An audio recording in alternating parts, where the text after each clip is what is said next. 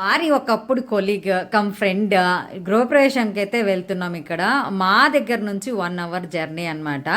So, మేము వెళ్ళేప్పుడు తను గేటెడ్ కమ్యూనిటీలో తీసుకుంది. 1.5 క్రో పడింది ఫ్లాట్ వచ్చేసి అని చెప్తున్నాడు మా ఆయన. అయితే మా అబ్బాయి అడుగుతున్నాడు, డ్యాడీ ఆంటీకి అంత డబ్బులు ఎక్కడివి అనేసి. మా వారు చెప్తున్నారు, ఆ ఆంటీ వాళ్ళ మేనా అత్త కొడుకుని చేసుకుంది. అన్ని వైపుల నుంచి సపోర్ట్ వస్తుంది ఆ ఆంటీకి అని చెప్తున్నాడు. అంటే అత్తమ్మ వాళ్ళు, అమ్మ వాళ్ళు దగ్గర నుంచి సపోర్ట్ వస్తుంది అనేసి.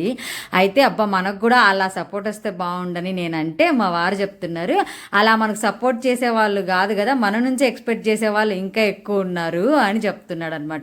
ఎందుకంటే మేము ఇల్లు కొన్నప్పుడు ఆయనే అన్నీ చూసుకున్నారు కాబట్టి ఫినాన్షియల్గా మెంటల్గా సపోర్ట్కి రాకపోగా పైగా మాటలు కూడా అన్నారు. చుట్టాలు కదా అని గృహప్రవేశానికి పిలిస్తే వచ్చి మా ఇంట్లో తిని పక్కింట్లో మాటలు వదిలేసిన వాళ్ళు చాలామంది ఉన్నారు. ఇప్పుడు వాళ్ళు ఆస్ట్రేలియాలో ఉన్నారు, వాళ్ళు మా పిల్లలను కూడా రమ్మని చెప్తున్నారు అని చెప్తున్నారు అనమాట. సో అట్లుంటుంది మన వాళ్ళతోటి. సో ఇలాంటి సిల్లీ ఫెయిల్స్ కోసం మనం అన్ని పట్టించుకుంది అనిపిస్తుంది అనమాట.